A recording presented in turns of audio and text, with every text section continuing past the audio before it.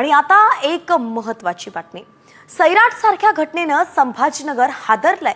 एका चुलत भावाने बहिणीला 20 फूट डोंगरावरून ढकलून तिची हत्या केली आहे। प्रेम प्रकरणातून मुलीच्या सख्या चुलत भावानेच तिला डोंगरावरून ढकलून दिलाय। ही मुलगी प्रेम प्रकरणातून घर सोडून निघून गेली होती, मात्र घरच्यांनी समजूत काढण्यासाठी मुलीला काकाच्या घरी पाठवलं।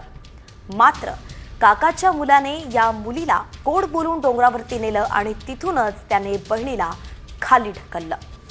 डोंगराखाली क्रिकेटच्या मॅच सुरू होत्या। बहिणीला मारून पळून जाणारा भाऊ क्रिकेट मॅच पाहणाऱ्यांच्या कॅमेऱ्यात चित्रित झालाय।